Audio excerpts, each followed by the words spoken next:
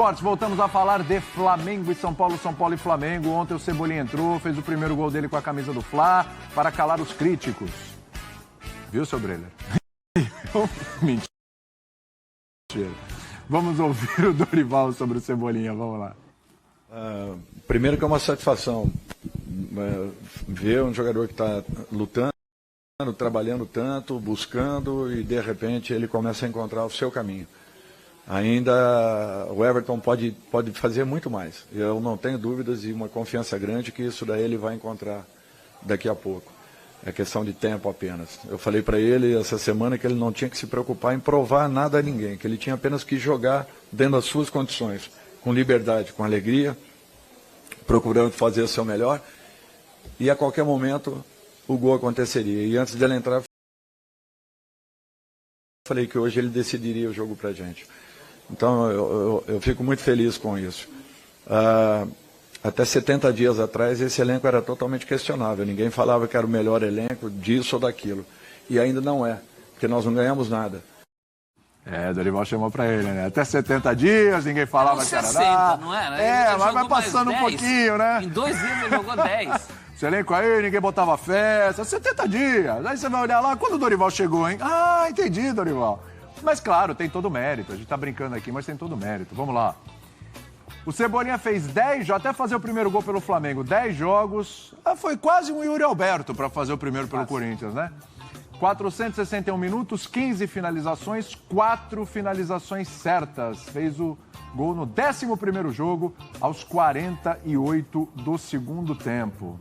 Tá vendo? Porque eu tinha dado 6,5 para... Ah, não foi aqui, foi no linha de passe que eu... Você deu 5 pelo jogo, mas pela trajetória no Flamengo tinha dado 6,5. 5 pelo jogo contra o Palmeiras. Palmeiras, isso. 6, assim, cowboy.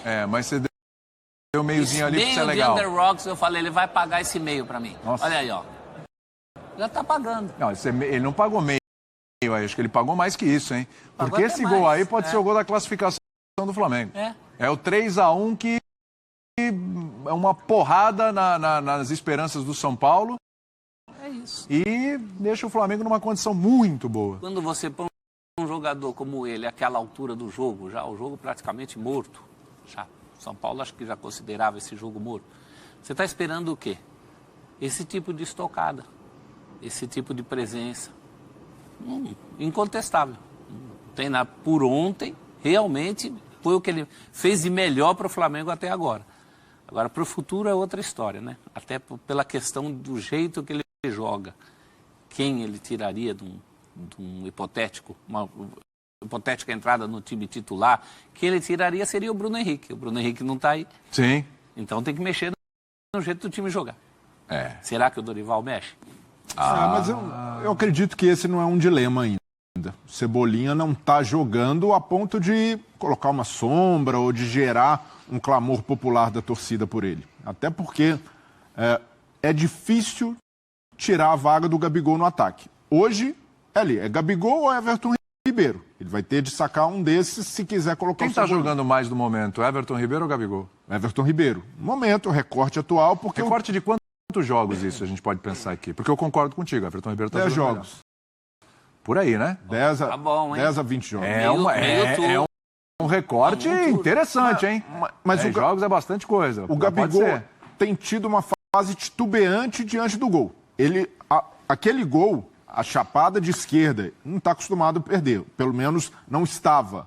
Mas ele entrou numa fase... Contra o Atlético Paranaense e perdeu um também. Então, pois Pedro, né? Esse tipo de gol tem se tornado recorrente o Gabigol perder porque não está na sua fase com a confiança lá no alto, não está com o pé tão calibrado. Então, de fato, ali na conclusão, o Gabigol tem sido muito menos importante que o Pedro. Mas ele ainda assim é importante para o funcionamento do ataque do Flamengo, nesse esquema. Porque ele se movimenta bastante, gera muito espaço, é um cara capaz de dar assistência, de dar uma enfiada de bola para os companheiros. Então, por isso, por essa importância coletiva, o Gabigol ainda não tem a titularidade ameaçada. Não vai quebrar o encanto do achado Pedro e Gabigol, né? Não é o momento. E assim, o Gabigol significa muito mais que um cara goleador para o Flamengo. Ele é um ídolo da torcida, um cara que o torcedor confia nos momentos difíceis. E ontem ele aparece, mesmo num jogo... Até por causa dessa formação, tem jogado... ele não consegue ser titular, jogar o jogo inteiro. É a minutagem merecida. Não, sim. Mas para poder ter sequência e tal, ele precisava ganhar mais minutos, né? E como é que faz isso? Mas não é nem o caso do Pedro, que antes, né, se reivindicava um espaço maior. O Pedro joga pouco, e de fato jogava. O Cebolinha chegou e já está jogando titular, porque no Brasileiro o Dorival tem usado o time alternativo e aí ele tem uma minutagem alta para um reserva. Então, até por isso, nessa fase de readaptação ao futebol brasileiro, de adaptação ao Flamengo, eu vejo que o Cebolinha hoje, o status dele é de reserva. Pode ser um reserva de luxo? Pode. Mas hoje ele está... Se tiver uma fila ali de quem está brigando para... Está perto de entrar no time titular, o Vidal está bem à frente do Cebolinha. Mas a gente não pode definir, Saraiva, o Cebolinha como titular do Campeonato Brasileiro? Porque, olha só, o Flamengo jogou ontem, semana que vem ele joga contra o Vélez, na outra semana ele joga de novo contra o Vélez, na outra semana ele tem o jogo de volta contra o São Paulo, e o Dorival vai... Se ele já fez contra o Palmeiras, tudo indica que ele não vai pensar duas vezes em fazer de novo contra outras equipes. Não, contra o Botafogo, muito provavelmente Cebolinha titular. Não podemos fechar assim, Cebolinha é o titular do Campeonato Brasileiro? Podemos. E eu queria só lembrar, por exemplo, o Yuri Alberto é um caso diferente. O Yuri Alberto ele veio emprestado, né? O Cebolinha, o Flamengo pagou mais de 70 milhões de reais, né? Então, assim, olha o investimento. Então, acho que há todo o interesse do clube, da comissão técnica, em você dar tempo para o Cebolinha e tal. Hoje eu estou dando trabalho para a turma da técnica, do controle, né? Controle, o pessoal que está em casa, para entender, a turma que ajuda a gente a fazer o programa. Eu queria ver o gol do Cebolinha. Tá aí, se ó. possível, porque eu vi que ele está separado. É esse gol aí, ó. Vamos ver o replay. Onde é que o Cebolinha recebe a bola?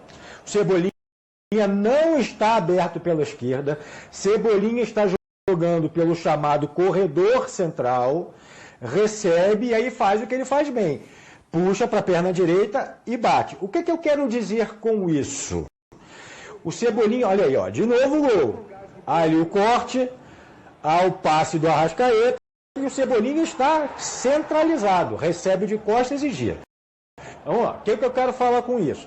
Eu quero falar que nós sabemos que durante toda a carreira do Cebolinha, ele brilhou jogando aberto pelo lado esquerdo. Do Benfica, quando o Mister JJ tentou utilizá-lo em outras posições, não rendeu assim tão bem. Mas eu não duvido que com mais tempo o Dorival possa experimentar o Cebolinha em outras posições. Não sei se vocês concordam, mas se houver um trabalho, ele pode, porventura, em alguma partida, fazer uma função parecida com a do Arrascaeta. Por que não? Jogando um pouco mais por dentro. Porque ele é bom jogador, entendeu? Então eu acho que se ele só ficar do lado esquerdo limitado, vai ser mais difícil para ele. Até porque o Bruno Henrique, nesse sentido, se adapta melhor em outras posições e formações. 2 atacantes só, já estou de centroavante, porque é alto, cabeceia bem. Então eu acho que futuramente, talvez o Dorival teste o Cebolinha em outras posições. Pode ser. Ótimo. Bom, questionamento, vai lá. Vocês conseguem enxergar isso? Consigo. Até... Melhora ou piora para o Cebolinha? Porque, por exemplo, o Saraiva, na análise do Saraiva, claro, dá mais opção, deve melhorar. São mais opções para ele, entendeu? São mais posições para ele, sim. Mas mais brecha para ele Mas entrar. com a Arrascaeta, com o Pedro ali na frente, com o Everton, é possível isso? Não, com essa formação, com toda essa turma ocupando espaço, não. Mas, por exemplo, aquela questão, quando falta o Arrascaeta, falta tudo. Ele pode ser uma opção a isso. Ele pode ser o que o Vitinho nunca conseguiu ser. Ele pode ser um coringa na frente, o Cebolinha? Ele pode. Só que eu acho que não pode perder o que ele tem de melhor. A característica dele é o abridor de lata ali. Em geral, em futebol, o técnico também é muito chato com essas coisas. Bota o cara para fazer uma coisa, aí não quer mais que o cara faça outra. O Marinho teve esse problema ali com o Paulo Souza, né? Jogar pela transformar esquerda. o cara, que uma coisa que ele não é. Ele não pode perder a essência. Não pode perder o gosto de cebolinha que ele tem. Entendeu? Cebolinha a gente quer para isso. Não pode perder aquela ardida no adversário. É, mas se ele puder contribuir para o time, por que não? O Flamengo precisa de um jogador assim. E mais, nos últimos tempos de Benfica, o nosso Rafa Marques já falou isso muitas vezes. Torcedor do Benfica, Rafa Ele Marques. estava jogando. O que ele fez de bom no Benfica foi mais fora dessa característica que o brasileiro enxerga. Foi mais com esse trabalho ali, pelo menos. Se ele pode fazer, isso pode contribuir para o Flamengo. Sim. Pode ser bom. Então, ele pode fazer, mas o Dorival tem priorizado a simplificação no Flamengo, de colocar os jogadores nas posições em que eles se sentem mais confortáveis. E eu tenho um entendimento que o Cebolinha gosta de jogar pelo lado. Como ele brilhou no Grêmio, foi o auge da carreira dele, até pela seleção. Então vejo que nessa missão do Dorival, nessa prioridade de colocar os jogadores nas suas posições prediletas, onde eles rendem melhor, a tendência é o Cebolinha jogar mais aberto, mas não inviabiliza, eventualmente, ele se aproximar do gol, porque tem uma batida de fora da área, dele tentar dialogar mais, ou até mesmo inverter o lado com Everton Ribeiro, mas em situações muito pontuais.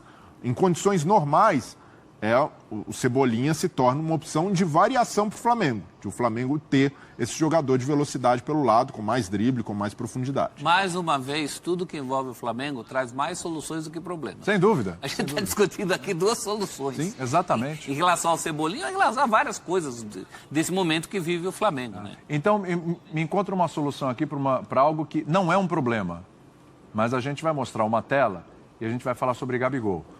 Gabigol está longe da palavra problema, né? Mas Gabigol tem perdido alguns gols e tal. Vamos ver, ó. Números do Gabigol pelo Flamengo contra Bom times título, hein? paulistas. Boa referência do título, hein? Existe amor e gol em São Paulo. Bonito, né? Vamos valorizar. Vamos valorizar. Porque esses títulos realmente... Quem é o autor desse título? Olha, espetacular, hein? Jogos contra o Corinthians, 8, fez 3 gols e deu 1 assistência. Contra o Palmeiras, 6 gols e 1 assistência em 7 jogos. Foi o Caio Alves o autor desse título, então parabéns ao Caio Alves. Bom, parabéns, Caio. 7 jogos contra o Santos, 8 gols, nenhuma assistência. E contra o São Paulo, em 8 jogos, 5 gols, nenhuma assistência. Vamos fazer a conta ali, prof. 14, 19, 22 gols e 2 assistências contra os 4 grandes de São Paulo. Que beleza, hein? 22 gols e 2 assistências. Está devendo assistência. Tá desproporcional. Marcou muito gol e deu pouca cornetar? assistência. Você não vai passar pano, vai cornetar isso? Tô brincando. Mas vem cá, a fase... O Gabigol é um absurdo. É um absurdo. E eu tava falando aqui o seguinte, o Gabigol, quem tá fazendo mais gols é o Pedro, evidentemente. Aliás, o Pedro já deu 2 assistências pro Gabigol, falou, faz, Gabi, é tua. E ele perdeu ontem uma e uma contra o Atlético Paranaense. Ontem ele nem olhou, você viu que ele nem olhava para ninguém, porque... Nem olhava. De novo, né? O Gabigol, eu sinto ele cada vez mais coletivo. Eu não tô vendo o Gabigol chiando quando sai de campo. Ontem foi substituído, inclusive. Eu não tô vendo ele reclamar. Eu tô vendo ele com uma cara boa, entendendo que as coisas estão funcionando, que o time precisa dele com o que ele está fazendo nesse momento, embora os gols tenham sido mais escassos. Ontem deixou o dele. O Gabigol está mais maduro. A gente pode cobrar algo mais do Gabigol? Porque não está fazendo tantos gols assim. Dá para cobrar? Ou tá bom do jeito que tá? Não, tá bom pro time. Você vê que essa fase ruim dele é muito mais individual do que pro coletivo. Ele não tem comprometido o time. Mesmo ontem ele perdeu esse e deixou outro. Foi. Agora, para ele, pessoalmente, está complicado, né? E se você pensar, poxa, é um momento que a gente está falando de seleção brasileira, de Pedro, e ele já teve aquela passagem na seleção que ele não conseguiu fazer jamais na seleção, o que ele fazia pelo Flamengo e está deixando de fazer agora. O que só valoriza é essa cabeça boa do momento dele, porque ele parece bem lúcido, bem tranquilo em relação a isso. Teve de coisa. Mas é louco que ele, nessa fase de escassez de gols pelo padrão Gabigol, ele não se tornou egoísta. raros lances em que ele peca ali por um toque a mais, ou uma escolha de finalizar antes da hora. Ele não está com essa ansiedade, ele continua dando assistências. Se eu for lembrar de um jogo até contra o São Paulo, pelo Brasileiro, que ele tem a opção de dar assistência, mas ele prefere finalizar. E ali tem de confiar mesmo no pé dele. Claro. Mas é um cara que está sabendo administrar bem essa fase não boa, nem dá para chamar de uma fase ruim. Não vamos, o Gabigol na fase ruim seria titular em todos os times do Brasil. No Flamengo, Não tenha dúvida. ele está indo para a 4ª temporada como titular absoluto. Ninguém barra o Gabigol, nem mesmo o Pedro, que está numa fase mais goleadora do que a do Gabigol, conseguiu colocar ali, tem de tirar o Gabigol do time. Ele continua jogando, continua sendo importante para a equipe. Isso mostra que ele não é um cara, um centroavante, um homem-gol limitado só a essa função. Ele tem outras características, outras qualidades que fazem com que ele seja muito importante para o time. E por essa importância coletiva, eu vejo que é muito difícil tirar o Gabigol do time, barrá-lo. Não só pela idolatria que ele tem, mas pela efetividade, pela capacidade também de, quando a fase não está boa para finalizar, de facilitar a vida dos companheiros. Saraiva, quero te ouvir também e achar até um pouquinho de pelo em ovo ali, né? Não é achar pelo em ovo, porque está perdendo gol. O Gabigol está perdendo gols que ele não perdia. Isso é fato. Isso não quer dizer que está ruim, não é nada disso, tá? É coisa que a gente vai lapidando, tem coisa para ajustar. Por que você acha que o Gabigol está nessa fase ali, que as oportunidades que ele tem perdido mais do que acertado? O que dá para fazer ali? Difícil encontrar uma resposta, não é? Eu prefiro ir por esse outro lado, elogiar que, de fato, assim, se o Pedro está jogando o que está jogando, é muito em função do apoio que está tendo do Gabigol. Se o Gabigol assume uma postura egoísta e quer dividir espaço com o Pedro na área, esse esquema não ia funcionar. Eu prefiro observar, por exemplo, algo que você citou, de que não há reclamação. Eu lembro perfeitamente um jogo em que o Rogério Ceni tira o Gabigol reclama e o Rogério se vira, ô Gabriel, aí já é criancice. Aí o Renato tirava, o Renato já tem um pouquinho mais de jogo de cintura, e aí ele reclamava, o Renato às vezes fazia que não via, e numa entrevista perguntaria o Gabigol que reclamou. Ele falou, o Gabigol é o mais fominha do elenco. E outra coisa, ele é chato. Falou brincando, né? Ele é chato de manhã, ele é chato à tarde, ele é chato de noite, ele é chato... E agora ele não reclama. Então acho que isso é amadurecimento. E outra coisa, indo um pouquinho mais à frente, eu acho que se o Gabigol for um cara consciente, eu acho que ele já deve imaginar que as chances dele ir para a Copa do Mundo são muito pequenas, são muito reduzidas. Que o Pedro hoje tem até mais chance de ir à Copa, até pelas entrevistas recentes do técnico Tite, e ele continua jogando da mesma forma, continua servindo o Pedro. Então, assim, eu prefiro ver por esse lado. Respondendo a pergunta, o negócio de perder gol é o seguinte, se a fase estivesse ruim, seria um problema. A fase está boa, então tá tudo bem. Justiça seja feita, mesmo nos seus tempos mais chatões, nunca foi um fominha em relação a companheiros. Tanto que nos tempos áureos da dupla Bruno Henrique e Gabigol, é muito difícil você lembrar quem dava mais assistência para quem. Então, essa nunca foi uma característica dele no campo. Ele reclamava de outras coisas, né? Ele queria jogar. Naquele dilema Pedro e Gabigol, a gente sempre falava, se fosse o Gabigol no banco, ia ter problema, ia ter mesmo. Ele não gostava de ser substituído. Essa é uma outra situação. Mas no que envolve os colegas e o time, ele nunca comprometeu o time. Isso é verdade. Eu só acho que é um momento pessoal chato para ele, porque, poxa, a Copa do Mundo é de 4 em 4 anos. Ele teve a oportunidade na seleção brasileira. Então, acho que isso é uma coisa que deve calar fundo. Ele teve oportunidade, não deu certo e está vendo o companheiro que era reserva dele virar titular. Não que ele tenha saído, encaixou ali, mas o companheiro com mais chances de ir, inclusive, com uma possibilidade muito grande de ir, né? Mas eu acho que o que incomoda nem é o fato do companheiro. Como lembrou o Saraiva, ele está contribuindo muito para que esse companheiro seja cotado. Sim. É ele mesmo, aquela coisa de falar assim, por perdi meu bonde. Talvez isso esteja mexendo um pouco com a cabeça dele. Bom, e temos o Davi Luiz também como personagem, que saiu no intervalo, questionado o que tinha acontecido. Ele falou, não, eu estou com um probleminha aí e daqui a pouco vocês vão ter mais informações sobre o que é. Parece que é um quadro de hepatite viral, né? E o Dorival falou sobre isso, vamos lá. eu não sei se preocupa para a próxima partida.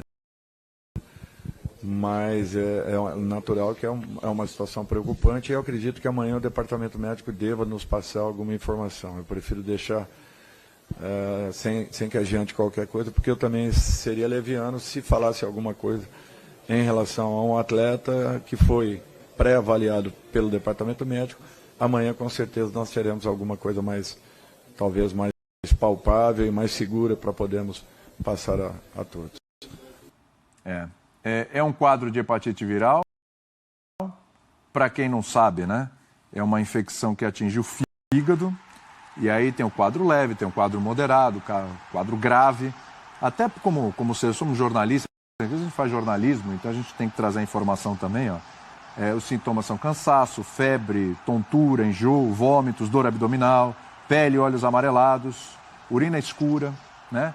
Então, ele está apresentando sintomas, claro, vai ser reavaliado e tal, etc. E me parece que realmente, tendo esse quadro, não deve atuar no próximo jogo aí do Flamengo. Vamos ver essa avaliação aí, quanto tempo ele pode ficar fora, mas a gente deseja pronta recuperação, que fique tudo bem aí com o Davi Luiz, que consiga se recuperar e que seja um quadro leve, né? Seja um quadro leve para a recuperação ser o mais rápido possível. Não para que necessariamente ele volte para a defesa ali do Flamengo, mas que como ser humano, que ele possa ter saúde, possa ficar bem. É o que a gente deseja para o Davi Luiz. Substituído no jogo de ontem.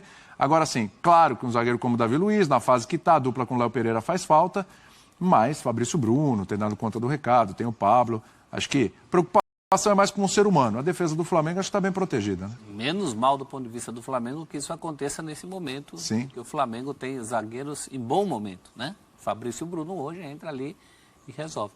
E do ponto de vista do Davi Luiz é fundamental que ele perceba isso na hora certa, né? Sim. E essas coisas podem trazer complicações. Então a prioridade é a saúde do rapaz. O resto a gente toca o barco.